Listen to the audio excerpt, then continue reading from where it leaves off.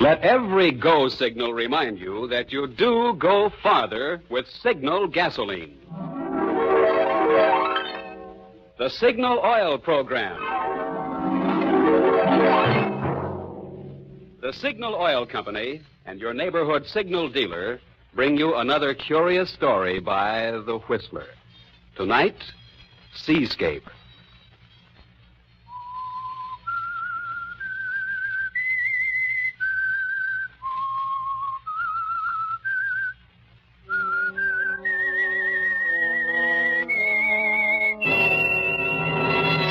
I am the Whistler, and I know many things, for I walk by night. I know many strange tales, many secrets hidden in the hearts of men and women who have stepped into the shadows. Presently, I'll tell you of nameless terrors of which they dare not speak.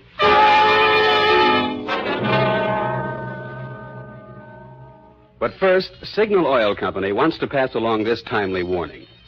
During 1943, according to the National Safety Council, 97,800 persons were killed right here in America in accidents. Of the deaths caused by autos, 1 out of 5 occurred when roads were wet or slippery, 1 out of 5 when drivers' vision was obscured. Fortunately, precautions can be taken to help prevent these two types of accidents. For instance, tires that are worn smooth tend to skid more readily. But a deep, heavy retread job, the kind Signal gasoline dealers are prepared to give your tires, will restore their grip on the road, help you stop more quickly. And if a worn windshield wiper is leaving streaks across your vision, Signal gasoline dealers will install a fine new Rainmaster blade while you wait. So have your tire tread and your windshield wiper checked the next time you're at your neighborhood Signal gasoline dealers. You'll feel a lot better knowing your car is prepared for the wet weather driving ahead. And it may help save a life, possibly your own. And now, the Whistler.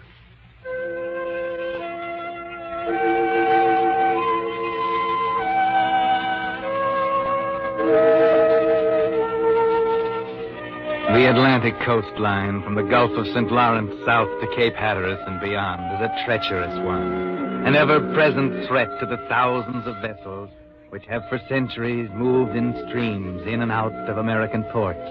And the keepers of the lighthouses there are men with an awful responsibility. Men who must not only fight the perils of the storm, but must battle continually against the loneliness and despair of their vigil. It's not a very attractive life. No, especially for a girl like Madeline Murray, who 6 months ago came to live with her new husband, Richard, at their lighthouse on a rocky island off the coast of northern Maine. Good Lord. Just listen to that wind. Yes, Richard, I hear the wind. Things have been quiet for too long. You know, I got a strange feeling something's going to happen. I wish it would. Oh, now, Madeline. Well, I do. Tell you, I can't help it, Richard. I'm so weary of the same old rocks and ocean I could almost scream. It's been 6 months, 6 long months. I know. But I tried to tell you before we... Yes, you did. I admit everything. You were honest and above board. You said it would be lonely and cold and silent, and I said it didn't matter. That doesn't help me now. It's driving me crazy, I tell you. Oh, now, please, Madeline. All right, I'm sorry. Just like all the other times. But I've done everything I can. Yes, what? Well, for example, why didn't you go into Bangor for a vacation that time? I told you were free to go, and Aunt Elizabeth would have been glad to have you. Oh, I just didn't feel like going. But why? It's just what you want. Oh, don't ask me why. Just didn't feel like going, that's all. Madeline, look at me. You don't love me anymore, do you? No. Furthermore, I never did. Well, you can go if you want to, Madeline. I can't go, Richard. That's why I'm going crazy. I want to, but I can't. Why did you marry me? You want the truth? Yes. All right. I can't go. I've got to stay here for another year, maybe longer than that. It's the last place in the world they think of looking for me. Looking for you? What do you mean? Who? The police. Police? I killed a man, Richard. Oh, no, you couldn't. Yes, but I did. You have to believe it. And after I killed him, I ran away. I didn't know which way to turn. That isn't until you arrived on the scene with your lighthouse.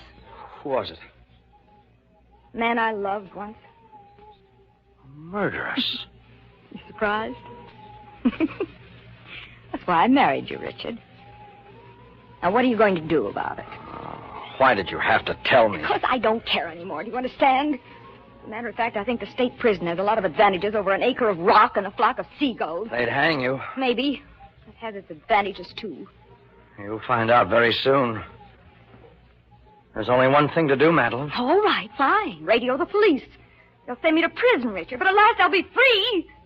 That's a laugh, isn't it? I'll be free of this rock and you.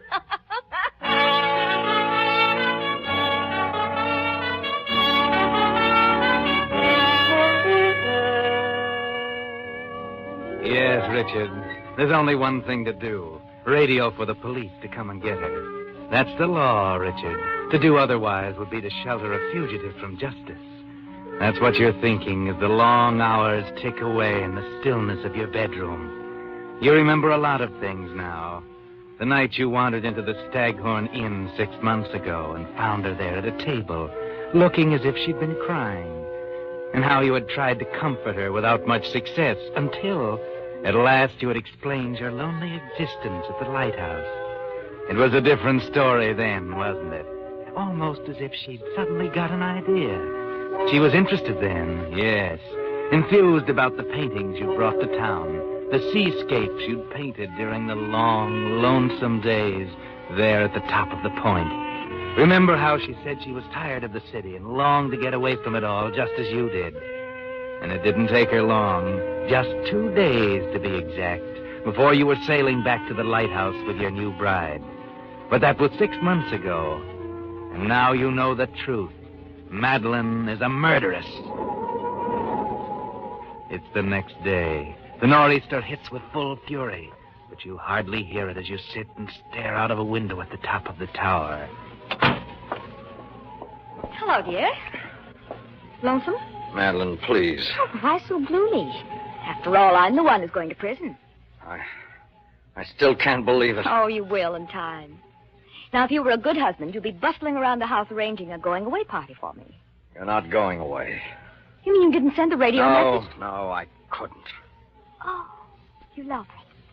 That's why, isn't it? Isn't it? Go away, will you? Well, certainly that's it. You couldn't bear to see me go. You couldn't take it, could you? All right, so I couldn't. But nobody else will get you. At least you'll be mine. Look! Out there off the point. Good Lord. There's a man out there in a skiff. He won't last 5 minutes in that surf. What's he doing? He's waving an oar. Give me that megaphone. He needs help. Take the lead, guy! You can't land on those rocks! That wave! Yes, he's going to get it. I'm going down there. Maybe I can help.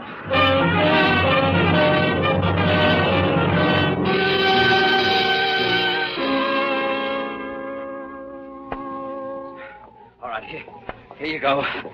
That's it. He'll be okay in no time. Thanks. Yeah, I'm okay. Yeah, here you are. Sit on the couch. Gotta get these clothes off. Cold. I'm cold. Oh, he's passed out. Better cover you up, old man. You're all in. There you are. Here's the hot water. Is he hurt badly? Yeah. What's the matter? I don't know. Yes, he's hurt pretty badly. Bad gash on the head. Give me the brandy, quick. Yes, the brandy. He's chilled to the bone. Lucky, though. That sea seemed to pick him up and toss him over the reef. Here you are. Ah, that's it. This'll warm him up in a jiffy. What's the matter with you, Madeline? You're shaking like a leaf. Can't be. Huh? What are you talking about? Not a coincidence. Not here. There must be a reason. You know him? Yes. His name is Adams. Blake Adams. He was with me on the night I killed a man.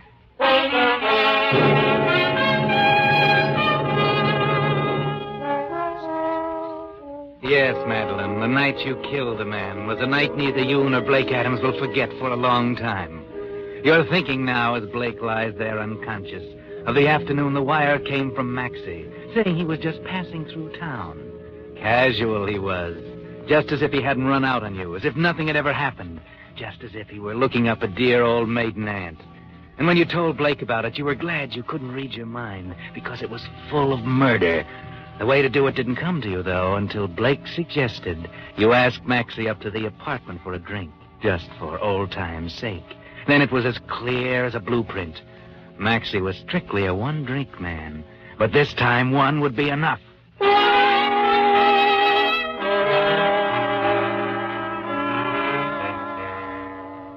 So it's natural you're wondering about Blake and how he came to crack up right on your doorstep. It's been 6 hours now since Richard brought him in, and you, Madeline, haven't left his side, and he seems to be stirring. My head. What happened? Where am I? Don't sit up now. Don't sit up. There, that's it. I can't see very well. You're lucky to be here at all. Here, take a drink of this. Thanks. How did you... Madeline? Yes. Surprised? Not exactly. I'm surprised to see you, Blake. How... What happened? Lie back now. You're a good patient. You've got a bad gash over your eye. Yeah, the rocks. Now I remember. That skiff. You must have been out of your mind to go out in a storm like that. I had to see you, baby. What about Maxie? That's it, isn't it? They know about Maxie. What do you mean they know about Maxie? He died of indigestion, that's all. Maybe. Maybe not. I hope that's what they think. I don't know whether poor Maxie could stand a post-mortem. Wait a minute. I remember now. You mixed the drinks that day. Yeah, the glass with the red ring on the top. I was to make sure he got it. Who examined him? Doc Cranston. He treated him before for indigestion. Same symptoms, same everything. So you poisoned him. In the drink. What's so funny about that? I'm sorry, baby. I couldn't figure out why you ran away. That's funny. I didn't see you do it. You poured all of our martinis out of the same shaker. There were olives in the glasses already, weren't there? Yeah. I get it. Poison in the olives. So that's why you're here. You don't think it's because I like lighthouses, do you? You tell me why you're here. What happened? You get on the wrong streetcar or something? There's no use telling you, baby. You wouldn't believe me. You try me and see. Okay, here it is. I traced you here through the guy who sold your house for you. Mm-hmm. Why? Well, with Maxie gone, I Well, come on. You're making it tough. We were pretty good pals once after he ran out on you that time. Wait a minute. Are you trying to tell me? Yeah. I'm trying to tell you that I love you, baby. Since way before you met him, I tried to tell you a couple of times, but I guess I'm not the Charles Boyer type. It's twice as hard now. It was all my fault, Blake. I couldn't see very well in those days. I know. I don't know what to say. I know I'm not much of a prize, Madeline, but you could do worse. Blake. Yeah? This is on the square. Huh? What can I do to show you? Honest, baby, I'll do anything. Oh, if this is another blind alley, I'll die. It's not a blind alley, honey. It's a 4-lane highway. There's one thing you can do. What's that? You can kiss me.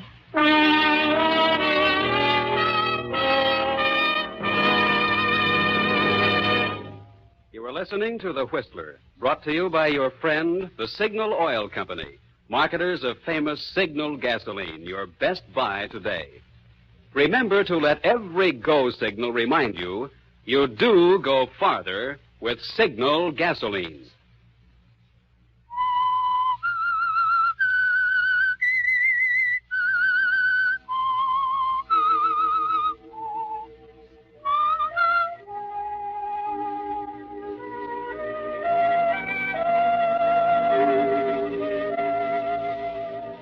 So Blake and Madeline have found each other out in a lonely lighthouse off the coast of Maine. And it doesn't seem to matter now that it took a murder to place their feet firmly on the 4-lane highway leading over the horizon. No, Maxie's death doesn't matter to them now. They only think of leaving the lighthouse in the cold, gray ocean and Richard. What about that? What about Richard? The only other one who knows about Maxie. He's just returned from a trip to the mainland for supplies, and Madeline greets him at the entrance of the lighthouse. Well, back on time. Hello, Madeline. I was a little anxious for you. The channel's so rough today. Anxious for me? Afraid I wouldn't make it or that I would? Oh, please don't, Richard. Not today. I'm just being practical, my dear. Now, if you'll excuse me, I'll change my wait, clothes. just a minute, please. Something I want to talk to you about. About Blake Adams. Oh, yes, the patient. How is he? Well, he's almost well enough to go. Too bad. You seem to be quite fond of him. Yes, Richard, I am. I love him and I want to go with him. What? We haven't told you because we planned to simply take the boat some night while you were asleep. You're out of your mind. You'd be picked up in a minute. They don't know about the murder, Richard. He died of natural causes. You mean you're free? I mean that the three of us are the only ones who know. That's why I'm telling you we're going. Huh. The worm turns, eh? What was it you said a while ago? What am I going to do about it? You wouldn't go to the police now, would you? So I'm holding the strings at last. I'm a little more important to you now, Richard, huh? Richard, I love him. You've got to believe me. You don't know what love is. You can take your choice, Madeline. Stay here with me or hang.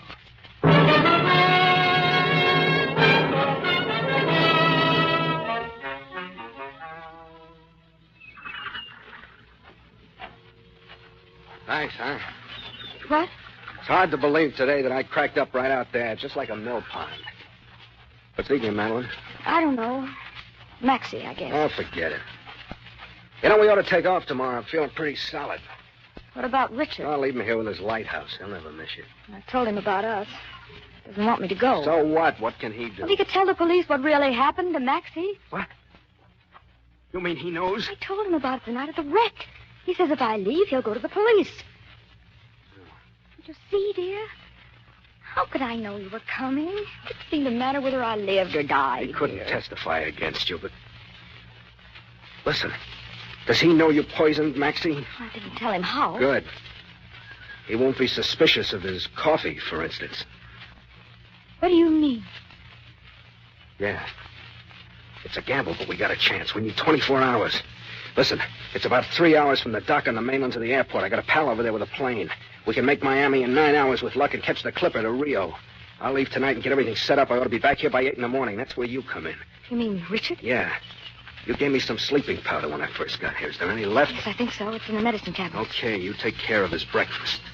A good long doze won't hurt him. When he wakes up, we'll be halfway to Rio. Just one thing. Don't give him too much. He's got to live.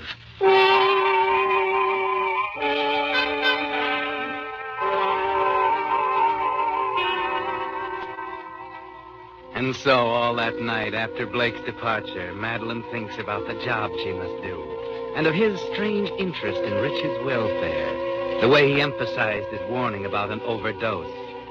Richard must live, he said. But why? Blake had never been so humanitarian. No, Madeline, you don't sleep much that night, and it's about 5 o'clock in the morning when your eyes finally close.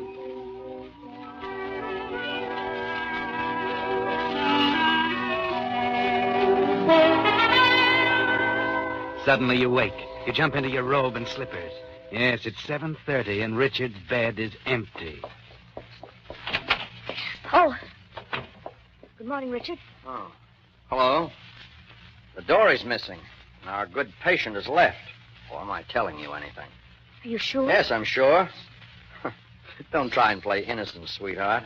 Just what have you got up your sleeve? Well, he must have left after our talk yesterday. I told him I was going to be detained here. Oh, I see. Well, he's an ungrateful wretch sneaking off that way after I saved his life.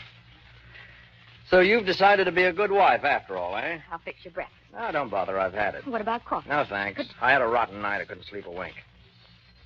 Sorry to leave you alone, my dear. I'll be up at the light. Well, darling, I was hoping you'd have breakfast with me. Won't you?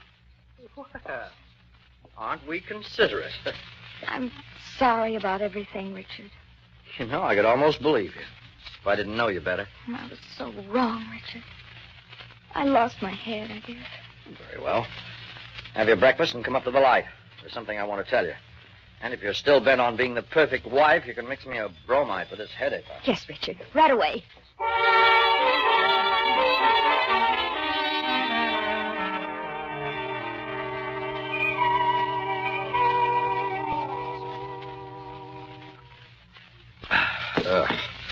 Has a sour taste. This is a different brand. I guess so.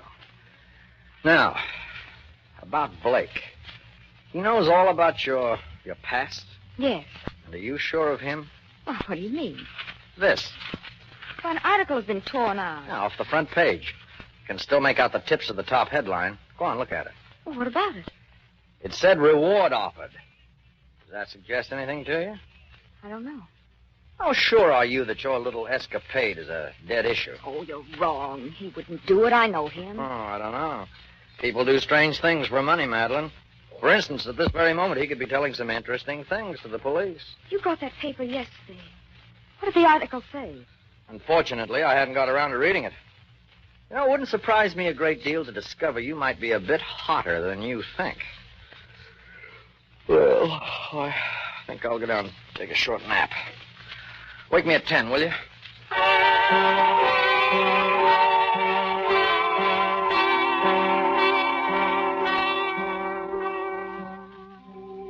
It's almost 9 and still no sign of Blake. Madeline tries to shrug off the suspicion in her mind, but it's there to stay, and it keeps growing.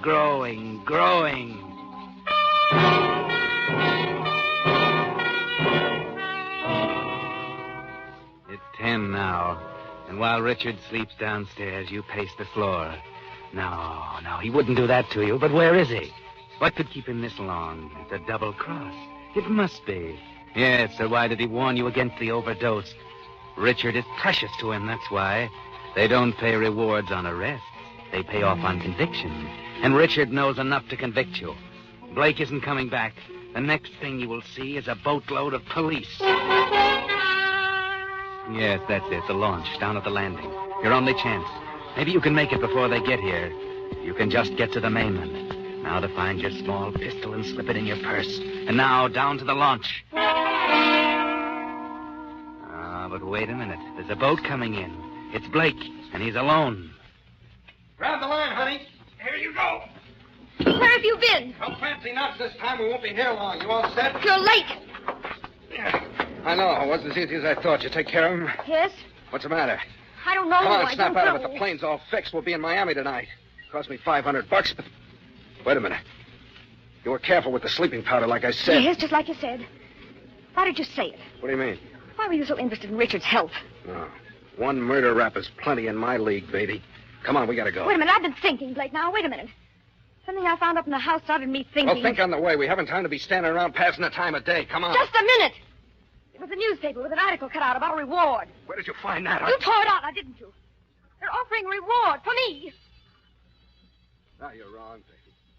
They're not offering a reward for you. There was something in it I didn't want your husband to see. Here, look. Does this make you feel any better? Receipts for the charter plane and 2 reservations to Rio. Does that look like a double cross? I don't know. You gotta believe me. But we can't stand here arguing. All right, I'll get my bag.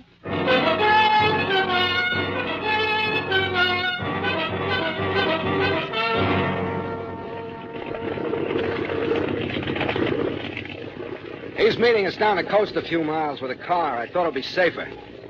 What's that boat back there? Where? Oh, fishing boat, I guess. It's following us? No, it couldn't be fun. Holy smoke. Where's it going? For sure. That's a Coast Guard cutter. Oh, I was right, wasn't I? What do you mean? You thought you could lie your way out of it, didn't you? I've heard of some rough tricks, but this one takes surprise. You think you're all set now with the police moving up and your star witness back at the lighthouse? Madeline, you're wrong. Listen. Put that gun away. You're way off the beam, I tell you. I'm straight, baby. I'm for you. Oh, you're for me, all right. For the money I can bring you in court. Look, I had nothing to do with this. Look, I'll tell you now, it won't make any difference to either of us. That article... You're making a big mistake, baby. Just give me a minute. And fed up with your lying, Blake. You and your 4-lane highway to Rio. Come alongside there. They won't need a detective for this one. You're a lying rat. Right under the nose of the Coast Guard. Madeline!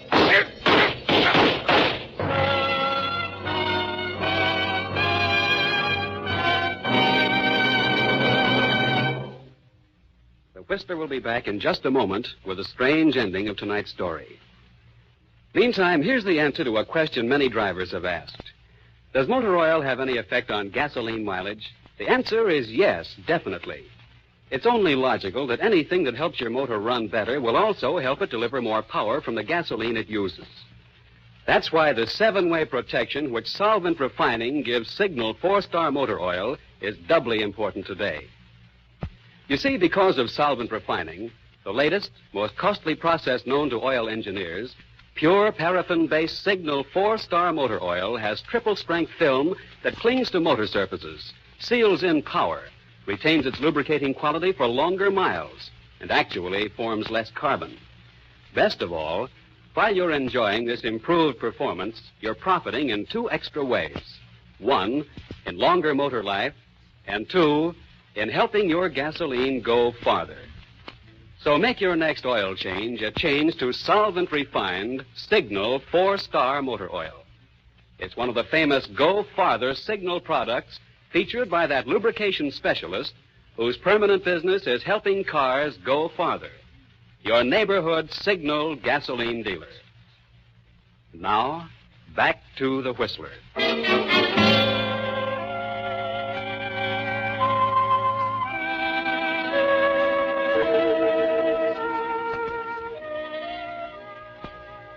It was too bad that Madeline didn't wait a few seconds longer, or she would have saved herself a great deal of trouble and a long term in the penitentiary. But that's the way Madeline always did things. Jump first and think afterward. That's why she ran away a few minutes after poor Maxie took the drink and died, before anyone noticed that he had drunk the martini, but had left the olive she had poisoned untouched. And that's why she shot Blake, before he had a chance to tell her that it was he the police wanted for Maxie's murder. Yes, he had had the same idea that day, and he put poison in Maxie's martini, too. And that was the poison that killed him, because it was in the drink itself. You see, he really loved Madeline, and Maxie was the only one between them and the 4-lane highway over the horizon. And when at last the poisoning was discovered, the poison traced, and the reward offered for his apprehension, Blake knew he'd have to run away. That perhaps there in the lighthouse she hadn't heard of it and would go with him. That's why Richard had to live. Because after all, it wouldn't do to have a murder rap hanging over her head, too. Would it?